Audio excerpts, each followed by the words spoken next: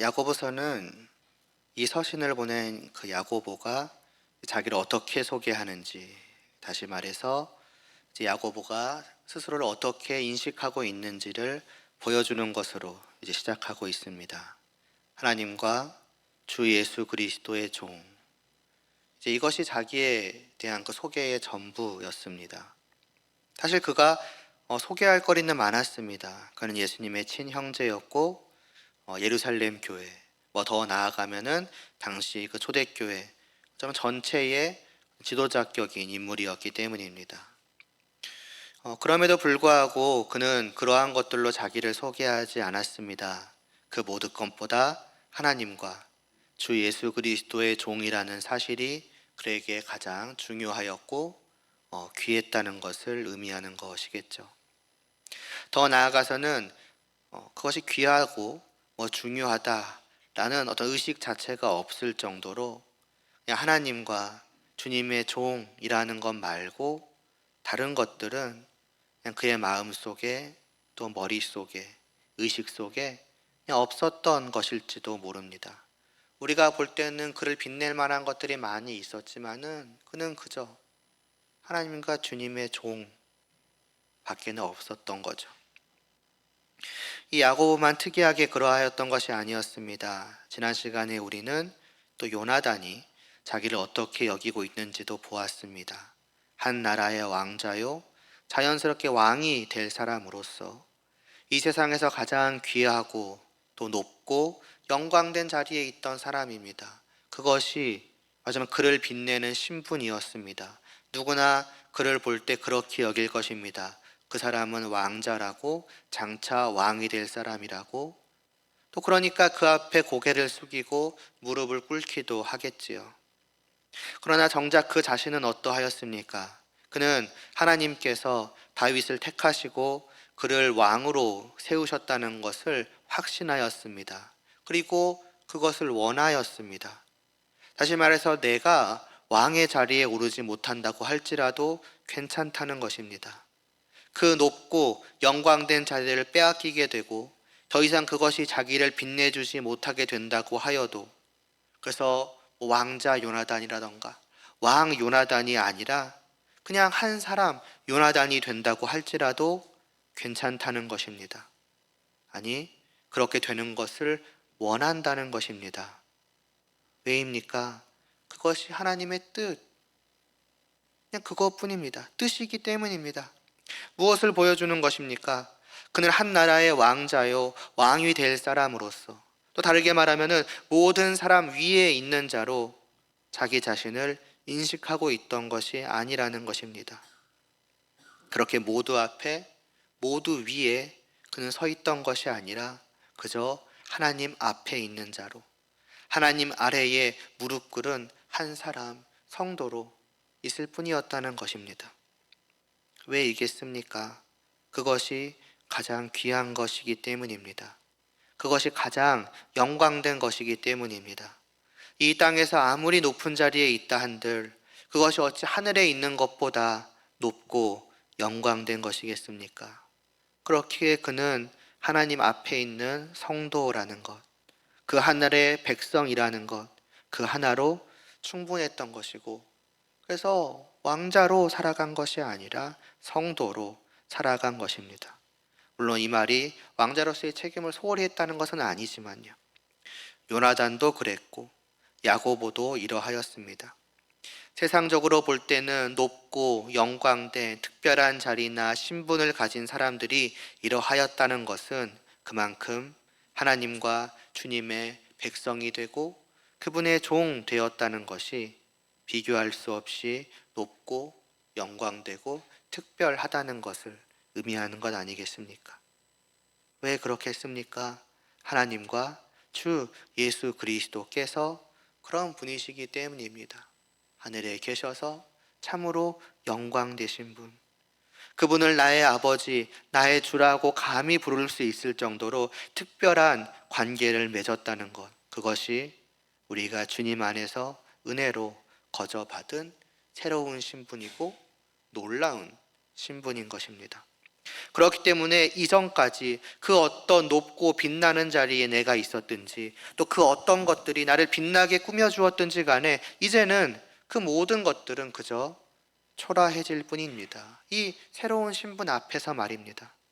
그러니 성도는 다른 무언가로 나 자신을 인식하고 다른 무언가로 다른 사람 앞에 나를 자랑스럽게 내세우는 것이 아니라 이전까지 그러하던 모든 것들을 다 내려놓고 기꺼이 버려버리고 오직 성도로 하나님의 백성으로 주님의 종으로 나를 인식하고서 어떤 면에서 이전과 비교할 수 없을 정도로 자랑스럽게 나를 사람들 앞에 내세우는 것입니다. 내가 누구인지 아냐고? 내가 바로 성도라고, 하나님의 백성이요, 주님의 종이라고. 다른 사람들이 볼 때는 그게 뭔가 싶은 그것이 나에게서는 가장 자랑스럽고 당당하고 떳떳하게 내놓을 수 있게 되는 것입니다. 과연 우리는 그러한지요? 그렇게 또 한 주간을 살아오셨기를 바라고 이제 지난 시간에 이어서 1절 뒷부분을 보아가겠습니다. 1절 앞부분에서 자기를 소개하면서 이제 그가 스스로를 어떻게 여기고 있는지를 밝힌 야고보는 이어 그 뒷부분에서는 이 편지를 받는 교회를 어떻게 여기고 있는지 흩어져 있는 12지파라고 말씀하고 있습니다. 12지파라 하면 당연히 이스라엘 12지파를 말하는 것이고 곧 하나님의 나라에 속한 모든 백성들을 의미하는 것이지요. 그런데 이 하나님의 백성들, 이 하나님의 교회가 지금 어떤 상태라고 합니까? 흩어져 있다고 합니다. 그러니까 너희는 흩어진 자들이라는 거죠. 그게 이 야고보가 저들을 바라보는 시선이었습니다. 이것은 단순히 여러 지역, 여러 나라에 말 그대로 흩어져 살고 있다는 것, 단순히 그것을 의미하는 것은 아닙니다. 이 말은 본래 구약에서 여러 나라로 흩어지게 된 그 이스라엘 백성들을 가리키는 말이었습니다. 하나님의 나라, 그 이스라엘 안에 거하지 못하고 흩어져 버린 그들 말이지요. 그들은 하나님을 신실하게 믿고 섬기지 못하였던 그들의 죄악으로 인해서 하나님께 벌을 받아서 그 대적들에 의해 쫓겨나서 본래 그 자신들의 나라를 떠나 여러 나라로 흩어질 수밖에 없었습니다. 초대교회 때도 그러하였습니다. 예루살렘을 중심으로 살아가던 성도들은 오래지 않아서 핍박을 받고 여러 지역으로 흩어져 살아갈 수밖에 없게 되었습니다. 그것이 벌을 받은 것으로 인한 것이든 또 그렇지 않은 것이든 하나님의 백성들은 이 땅에서 종종 이렇게 흩어져 살아가고는 하는 것입니다. 이것은 단순히 그냥 이사를 하는 차원의 문제가 아닙니다. 오늘날이야 말하자면 글로벌 시대고 혹은 이제 각자 어떻게 보면 스스로 고립되어 살아가는, 그러니까 예전보다 덜 교제해가고 홀로 살아가는 그런 시대이다 보니 어떤 고향이라는 개념이나 이웃이라는 개념이 점차 이제 흐려져 가고 있고, 그래서 그런 것들에 대한 의미가 퇴색되어 갈지 모르지만은 한 나라, 한 고향에서 함께 살아가던 사람들이 낯선 이방 땅으로 각각 뿔뿔이 흩어져서 그곳에서 이방인으로 살아가는 것입니다. 세상의 관점에서 보아도 그것은 결코 쉽지 않은 일일 것입니다. 어려서부터 함께 해오던 가족들, 친척들, 친구들로부터 떨어져서 의지할 사람 하나 없는 곳에서 외롭게 살아가는 거죠. 새로운 사람들입니다. 그것도 이미 자기들끼리 한 나라, 한 고향 사람으로서 뭉쳐 있고 말도 다르고 풍습이나 문화도 다른 그런 새로운 사람들의 무리 속으로 들어가서 어울려 함께 지내는 것이 어찌 쉬울 수가 있겠습니까? 아무리 시간이 흘러도 여전히 뭔가 낯선 이방인으로서의 느낌이 사라지지 않고 외로움과 쓸쓸함을 느낄 수 있을 것이며, 더 나아가서는 저들이 자기를 배척하거나 자기에게 적대적이기까지 한다면, 하지만 언제까지라도 자기를 받아주지 않는다고 한다면 그 삶은 더 힘들고 어려울 것이고 계속해서 고향이 그리워지고 고향을 바라보게 되겠죠. 그게 흩어진 자들의 삶인 것입니다. 심지어 하나님의 백성이 이와 같이 흩어져 살아갈 때에 경험하고 느끼는 것은 더할 것입니다. 단순히 다른 나라, 다른 말, 다른 문화 정도가 아닙니다. 그런 것들은 어찌되었든 내가 노력하면 조금이라도 나아질 기미는 보입니다.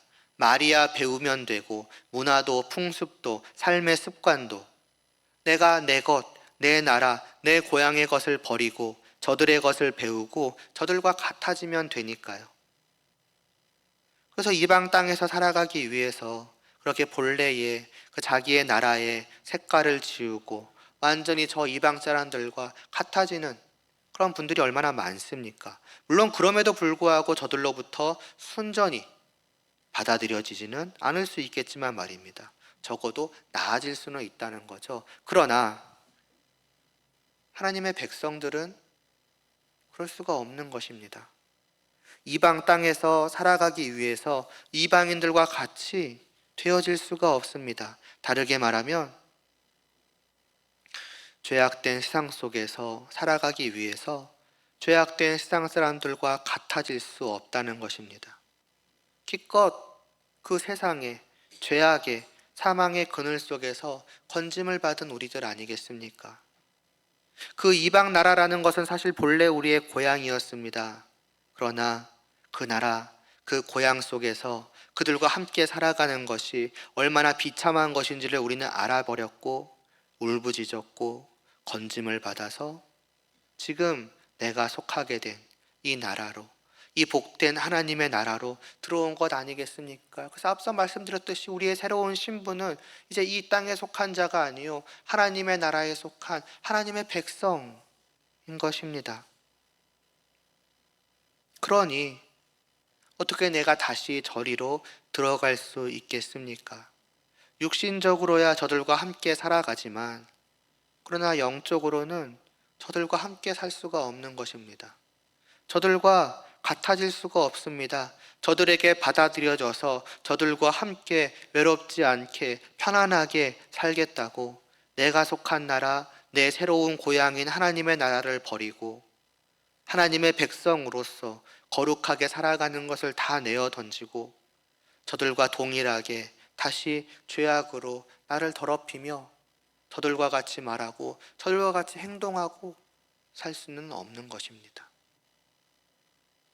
그렇기에 성도는 이 세상 속에서 계속해서 이방인으로 언제까지나 살아갈 수밖에 없습니다.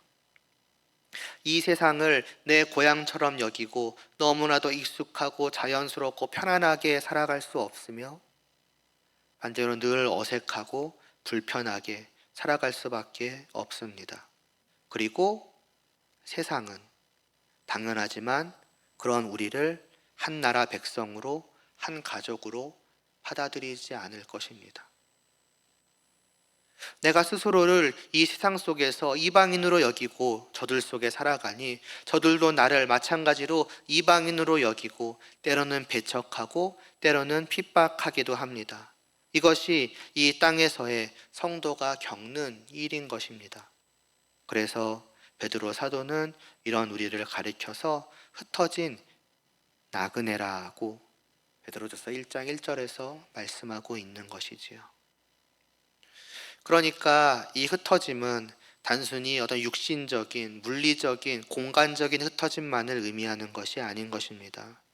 물론 이 편지를 받는 그 교회들은 이제 이스라엘 나라로부터 혹은 예루살렘으로부터 실제로 다른 나라, 다른 곳으로 흩어져 살아가던 사람들이었지만은 그러나 그들 역시도 결국은 하나님의 나라에 속한 백성이 돼 이 땅을 살아가는 동안에는 잠시 본향을 떠나서 이방 땅인 이 세상 속에서 낯선 이방인으로 살아갈 수밖에 없는 처지에 있는 자들이다라는 의미로 흩어진 자들입니다. 이런 면으로 생각을 해보면 지난 시간에 이 야고보서를 시작하면서 말씀드렸던 것처럼 야고보가 이 서신을 통해서 저들의 삶에 대해서 권면하고자 하였던 것은 어찌 보면 당연한 것일지도 모르겠습니다. 이방 땅에서 자신의 그 본래의 정체성을 지키며 살아가는 것이 얼마나 어려운 일이겠습니까? 핍박과 배척 속에서, 외로움 속에서 수없이 갈등하고 또 하지 않겠습니까? 도대체 내가 언제까지 이방인으로 나그네로 살아야겠는가? 조금만 포기해보자. 조금만 양보해보자. 조금만 그 하나님의 백성됨을 포기하고 양보하고 저들에게 다가간다면, 저들과 같아진다면 나의 삶이 훨씬 더 달라질 텐데 하고 말입니다. 또 때로는 아예 갈등하지 않고 그냥 저들 속으로 뛰어들어 저들과 같아져 있을지도 모릅니다. 처음에는 갈등하다가 시간의 지남에 따라 자연스럽게 저들에게 물들어 있을지도 모르지요.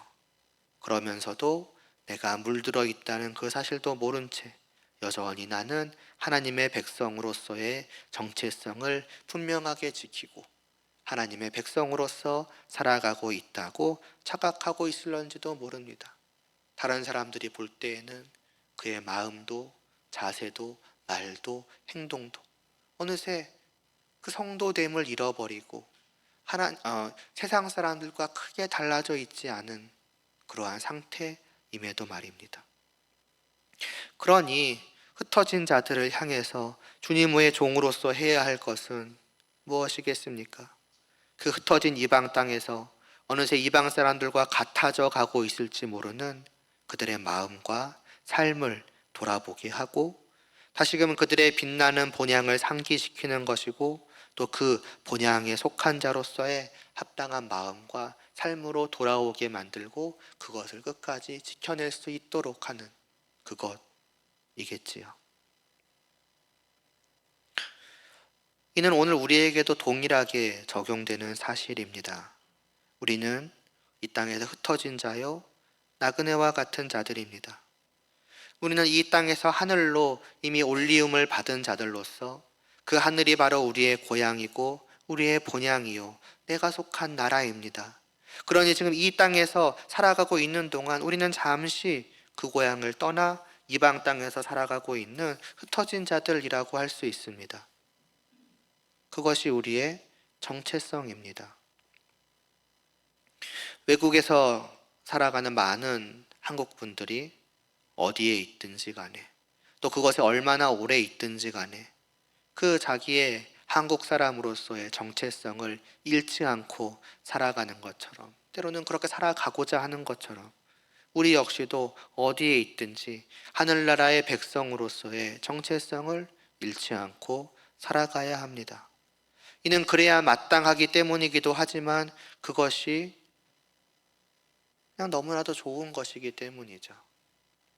하나님과 그분의 나라, 곧 나의 이제는 내 본향이 된 그곳이 너무나도 영광되고 복되기 때문에 그리고 그 나라의 백성으로서의 삶이 죄악과는 정반대인 그 거룩하고 선하고 의로운 그 삶이 그 깨끗하고 빛나는 삶이 너무나도 좋고 복되기 때문입니다.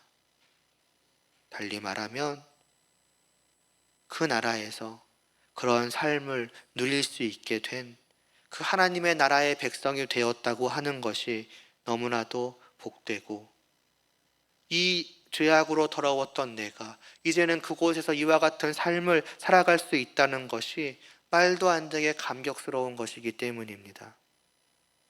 이 사실을 우리는 다시금 상기시켜야 할 것입니다. 단지 머리로가 아니라 믿음으로 우리의 영혼이, 우리의 마음이 다시금 그 복됨과 감격스러움을 상기시켜야 할 것입니다.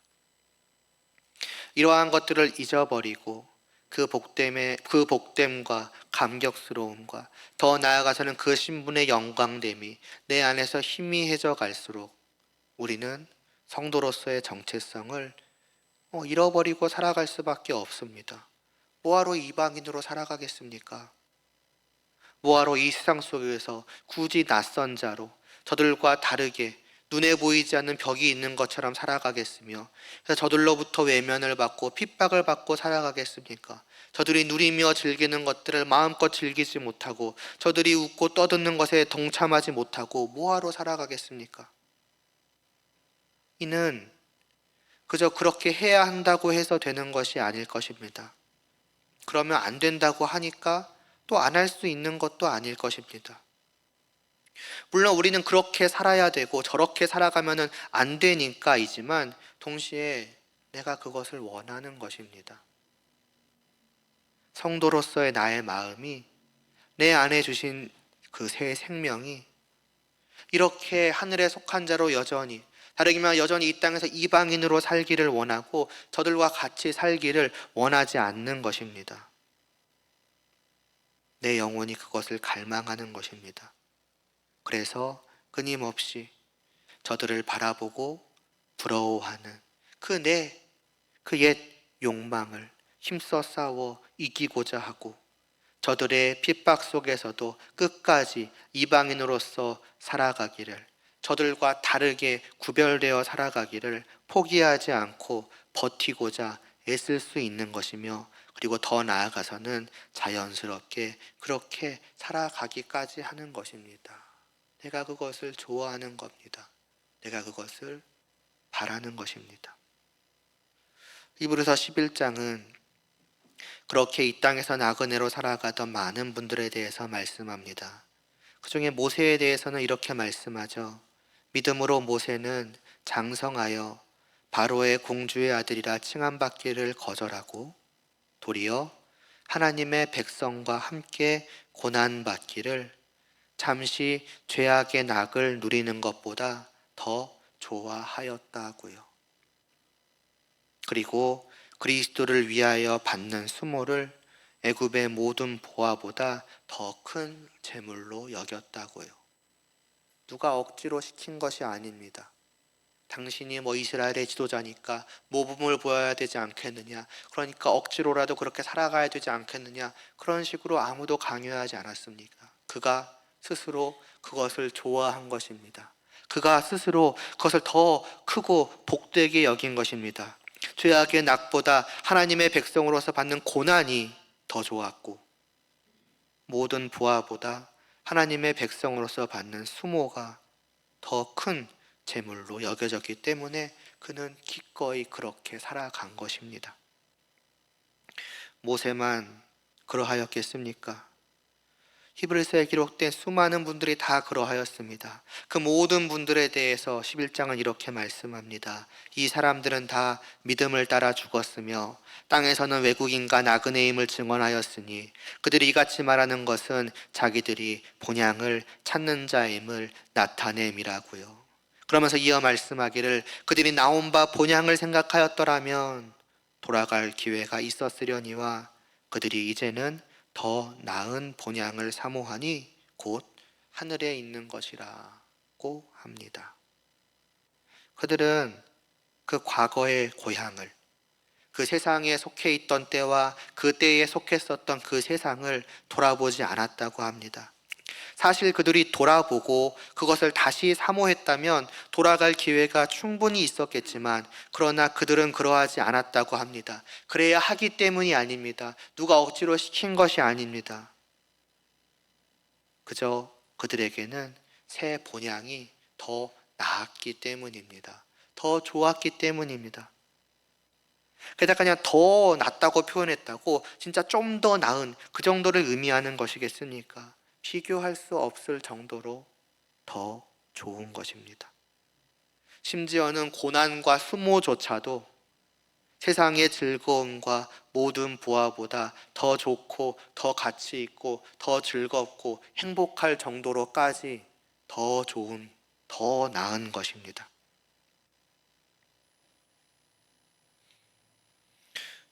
우리는 그분들과 다른 나라에 속한 사람들이 아닙니다. 같은 나라에 속한 사람들입니다.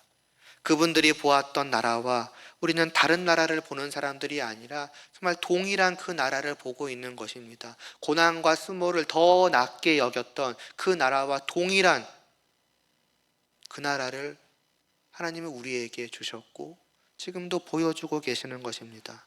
그리고 그 나라의 주인 되신 하나님 아버지와 그 아들 되신 예수 그리스도 역시도 저들이 본 것과 우리가 보고 있는 것 다르지 않습니다. 오직 같은 한 분을 우리는 보는 자들입니다. 그 같은 하나님의 감히 백성들이 된 그것이 바로 우리들입니다. 저분들의 믿음의 눈에 비친 것들과 우리의 믿음의 눈에 비추이고 있는 것은 다르지 않습니다. 저들의 믿음의 눈에 비친 참으로 높고 영광되시고 거룩하신 분은 바로 동일하신 우리의 하나님과 아들 되신 예수님이십니다. 이제 주일이 지나고 다시 세상 속에서 우리는 살아가게 됩니다. 흩어진 자들로, 나그네로, 이방인으로가 아니라 그냥 이 세상을 내 본향처럼 여기고 살아갈 수도 있고, 반대로 내 참 본향을 사모하며 끝까지 이 세상 속에서 저들과는 전혀 다른 낯선 이방인으로 살아갈 수도 있습니다. 끝없이 옛 본향을 돌아보며 미련을 두고 그리로 향하고자 할 수도 있을 것이며, 반대로 새로운 참 본향을 사모하며 옛 본향에 대한 미련이나 부러움을 떨쳐버리고 살아갈 수도 있을 것입니다. 어떻게 살기를 원하십니까? 또 어떻게 살아야 하겠습니까? 매일 매 순간마다 우리의 믿음의 눈을 들어서 하늘을 볼 수 있기를 바랍니다. 하나님께서 은혜를 베푸셔서 그 우리의 믿음의 눈에 끊임없이 하나님과 그분의 나라를 비추어 줄 수 있기를 바랍니다. 그래서 그 영광되고 거룩함을 내 눈에 담고 이 땅보다 더 나음을 확인하실 수 있기를 바랍니다. 그렇게 된다면 도대체 이 땅에 무엇이 그렇게 좋겠습니까? 그럼에도 불구하고 사실 좋죠. 또 즐겁죠.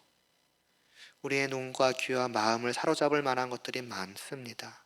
머리로는 모든 것이 헛되고 죄악됨을 알아도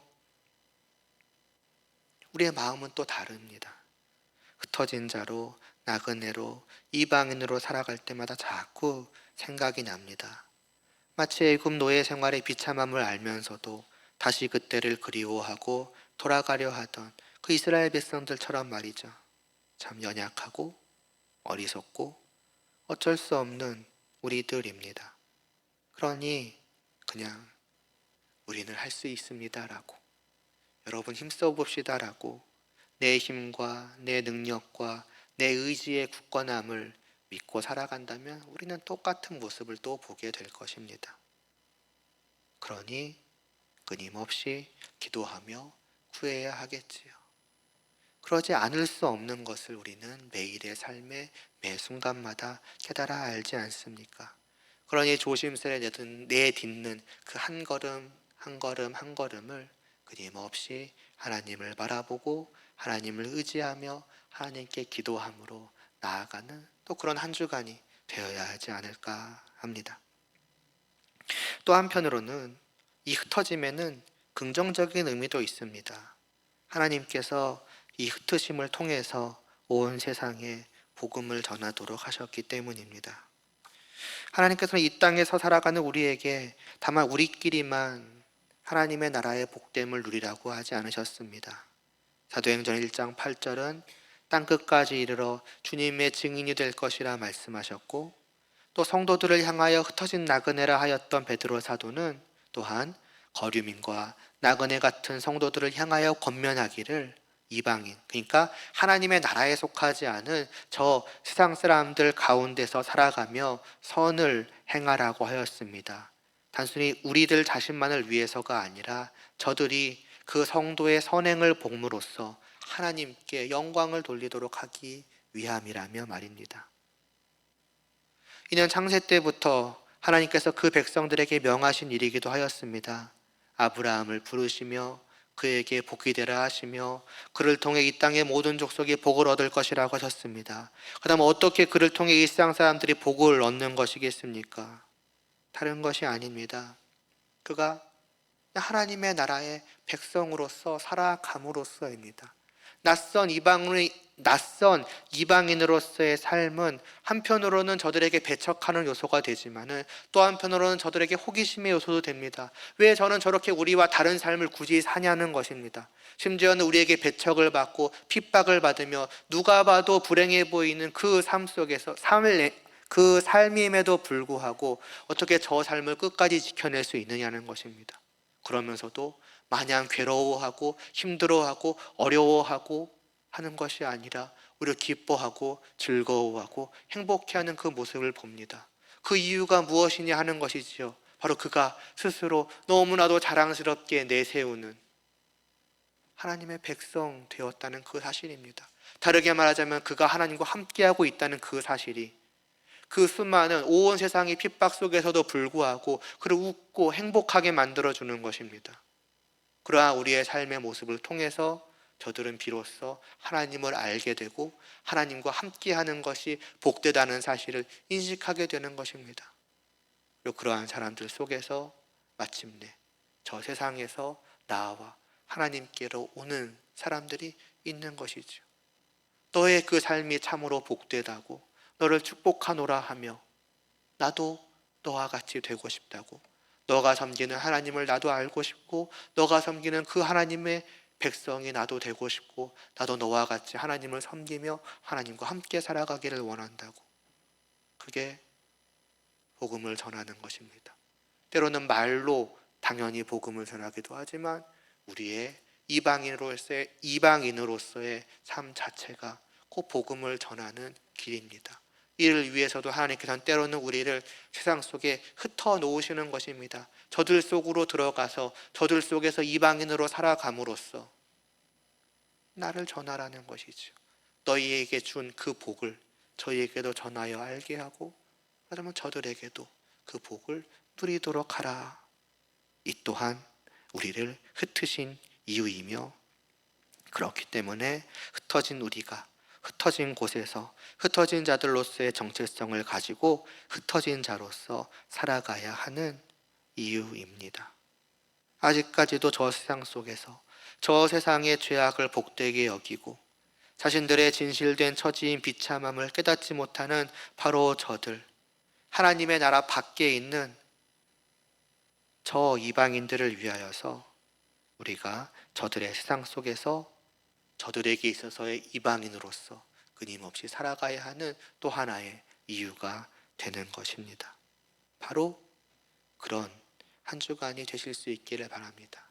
한편으로는 우리 자신을 위해서고 또 한편으로는 저들을 위해서도 우리는 끊임없이 흩어진 자로서 이방인으로서 나그네로서 살기를 포기하지 않아야 하겠습니다.